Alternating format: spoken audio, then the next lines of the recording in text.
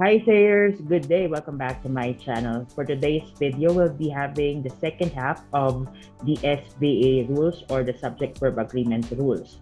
If you're not able to watch the first half of this video or the rule number 1 up to rule number 7, you can check it out on the link here above. And it is imperative for you to learn the other rules of subject-verb agreement so you will be able to really construct sentences and paragraphs later on effectively. Without further ado, let's continue discussing the number 7 rule up to the last rule, which is number 12. Okay, just a disclaimer. We have here 12 rules based on our reference. Maybe you have there a different number, but you may check that the concept is just the same. Okay, just share my screen. Number 7, when a compound subject contains both a singular and a plural noun or pronoun joined by or nor, the verb should agree with the part of the subject that is closest to the verb. This is also called the rule of proximity or the nearness, or it's about the distance. Now, if I'm not mistaken, it's in the rule number 7 or number 6 that it also talks about the connector or. This time, it will be a different story because previously in number 6, the number of the subject joined by or is just the same. Both subjects are singular. This time, the number of the subjects that will be joined by or nor is different. One is singular and the other one is plural. And for you to visualize what I'm talking about here, let's have an example here. The student or the committee members write every day. According to the rule here, we have here two subjects, which are the student and the committee members, joined by or. Which one should we agree with? The verb write is in the base form. Therefore, the subject where it agrees is plural. Which one is plural? That is committee members. And according to the rule, we'll be agreeing with the subject that is closest to the verb, and that is members or committee members. That's the reason why we're going to use, or we used here, the base form of the verb. Another example, we just interchanged the locations of the same subject, committee members and the student. This time, the student is closer to the verb write. Writes is now in the base form. Therefore, it agrees to the subject, which is singular. And the subject here is student. Okay, so that is the difference there. When it's joined by or nor, and the number of subjects is different, just base your answer on this rule. This time, I will be giving you 10 seconds to compose your own example. 10, 9, 8, 7, 6, 5, 4, 3, 2, 1. Let's move on. Number 8. The words and phrases each, one, either, neither, everyone, everybody, anyone, anybody, nobody, somebody, someone, and no one are singular and require a singular verb. Remember those, those that end with body, one, are singular. For example, each of the participants was willing to be recorded. This one usually confuses students when they are asked to identify the number of the subject. And which verb must be used? Is it the base form or the S form? Now, as you can see here, the indefinite pronoun each is used. And according to the rule, it's always a singular subject. Therefore, we must use the base form of the verb or the singular form of the verb. And that is was in this particular example, even though there is the word participants, because we will be able to know later on why participants of the phrase or the intervening phrase doesn't affect the number of the subject. Each here is the subject, was is used because the subject is singular. Another example, no one was available to meet with me at the preferred times. Was is used. Therefore, the subject is singular. No one. It's just like saying that nothing, no one, nobody was available to meet me at the preferred times. It's an understood statement saying that it's singular. Huh? Remember those words because those are words that will help you understand and identify the verb to be used later on. Me time, 5 seconds because this one is much easier than the previous one. 5, 4, 3, 2, 1. Good. Just continue. Let's have number 9. Uncountable nouns take a singular verb. We'll be having examples of uncountable nouns with these sentences. Education is the key to success. We cannot count education because it's a concept. It is actually an abstract noun. Therefore, we should use singular verb or the base form of the verb, or I mean the S form of the verb. Another, the information obtained from the business owners was relevant to include in the study. There are times that students would use owners in this particular example as the subject. It's wrong. Always remember that even if it is closer to the verb, it doesn't automatically mean that it's the subject. Always remember that the predicate where the verb is included must agree with the subject or the topic or the one that is being talked about in the sentence. And do not be confused with other phrases. Information here is another example of an uncountable noun. Another example, diabetes affects many people around the world. Same is true here. Diabetes is considered as an uncountable noun. Therefore, it is singular. Affects many people around the world. Affects as form of the verb. Okay, now think of your own example. Think of words that you were able to encounter. I know for sure that you were able to encounter many words like information, diabetes, and such that you don't know that it could be used.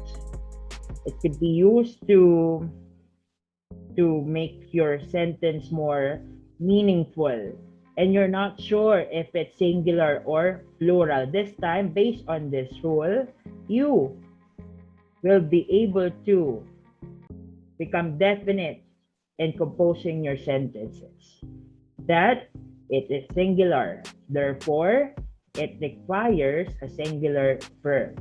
I will be giving you 10 seconds to think of that word and use it in a sentence. Go. 10, 9, 8, 7, 6, 5, 4, 3, 2, 1. Let's have number 10. Some countable nouns in English such as earnings, goods, odds, surroundings, proceeds, contents, and valuables only have a plural form and take a plural verb. This one, it's about the plurality of countable nouns. The other rule talks about the singularity of uncountable nouns. Example, the earnings for this quarter exceed expectations. No matter what our sentence is, earnings here and in different sentences that you will compose or construct, earnings and these words will always be plural. Now, next example. The proceeds from the sale go to support the homeless population in the city. Proceeds. Because we cannot singularize such nouns. Remember that. Okay. Same here. I will be giving you 10 seconds to think of, maybe to pick a word based on this rule, one of those words, and use it in a sentence. Go. 10, 9, 8, 7, 6, 5, 4, 3, 2, 1. We are now down to our last two rules. Number 11. In sentences beginning with there is or there are, the subject follows the verb. Since there is not the subject, the verb agrees with what follows the verb. Okay, this is very interesting because there are times that we use this and we don't know if it should be is or are. Here's the rule. There is little administrative support. We are referring to support, which is singular. Therefore, we should use is. Another example. There are many factors affecting teacher retention. Factors is the sentence's subject. Therefore, we should use are. So, how would we know if we are making our verb agree with its subject correctly in this particular rule? So whenever we're going to use there is or there are, we should look for the subject first. We should know what subject we're going to use. Is it singular or plural? That's the time we can identify which one to use. It could be either is, was, for singular, or are where for plural. Okay, I'll just give you 5 seconds here because this one is much easier. And your timer starts now. 5, 4, 3, 2, 1. Okay. And for the last rule, we have here number 12. Collective nouns are words that imply more than one person but are considered singular and take a singular verb. Some examples are group, team, committee, family, and class. Collective from the word collect, meaning it's usually, it's always in a group, and it embodies number of people. Let's say, for example, the group meets every week. According to the rule, collective nouns are words that imply more than one person but are considered singular because the group or the collective noun is representing the group of people or the number of people with one action or one activity. But there is an exception here. Remember this. However, the plural verb is used if the focus is on the individuals in the group. This is much less common because what is common here is the group is doing one thing or one activity, or the sentence only represents one activity for the group. Let's say, for example, in this exception, the committee participates in various volunteer activities in their private lives. Meaning, we are not talking about the group collective activity. We are now talking about the members of that group doing different activities or separate activities. You would know because the group cannot participate as one in various volunteer activities in their private lives because they have their own private lives. Therefore, this one is considered plural. Why? Because they are doing different things. It's just like when you were going to use committee members. This one, committee, is referring to the members. Members belong to that group of people. Okay. I will be giving you 10 seconds to give examples, two. One for singular collective noun and the other one plural collective noun. And your timer starts now. 9, 8, 7, 6, 5, 4, 3, 2, 1. Okay, so we are done discussing the second half of the SVA rules. This time, we'll be answering this question. Is knowing the subject-verb agreement rules important? You be the judge. I know you are familiar with the answer for this question. This is very important. Your knowledge about subject-verb agreement rules is very important, not just for constructing sentences, but as your foundation to knowing other skills and to mastering other skills. Because if you know the rules, it will be easier for you to, yes, construct sentences, to make your sentences cohesive, unified, emphatic, and later on to construct your own paragraphs, your own selection, your own essays. And this is what I noticed from my students. If a student knows the rules in the SVA, he or she would easily be able to express his or her opinion. And that is in a different level, very effective way of expressing oneself, because you would not be that conscious in making your subject agree with its verb because you know the rules. And if you know the rules and you master the rules, constructing sentences and constructing paragraphs would come naturally. This skill would just come out naturally. Okay, so that has been the SVA rules. I hope that you will be able to learn the rules so you would be able to express yourself too much more effectively. Okay, and for the last slide here, we have here the references. It's important to identify your reference.